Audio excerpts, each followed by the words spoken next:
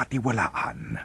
ABS-CBN News and Current Affairs. Panig sa katotohanan, panig sa bayan. Sa ulo, nagbabagang balita. Mas murang premium rice, ibinibenta ng NFA.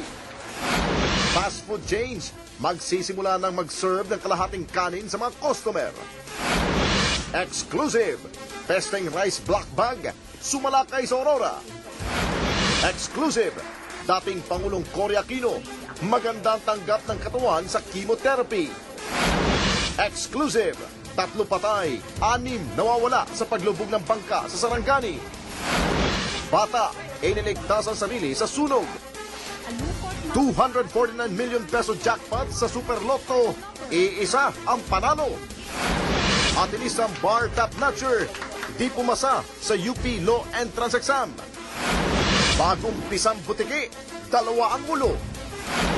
AJ Bazooka Banal, pinabagsak ang kasparing sa Cebu. Rufa, nagsalita na sumuling romansa ni Ilmas sa isang dating beauty queen. Gabi, may gustong sabihin kay Sharon.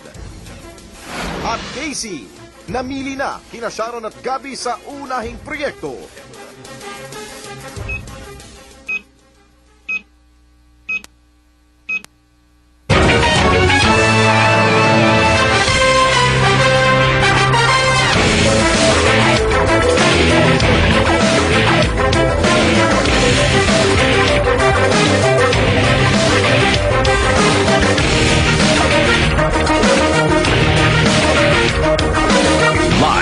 Mula sa ABS-CBN News Center, Manila, ito ang TV Patrol World!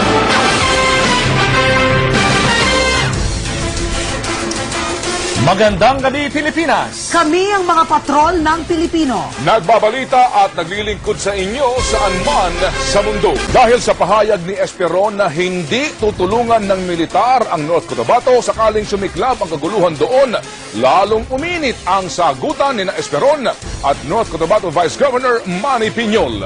Nagpapatrol Adrian Ayalin.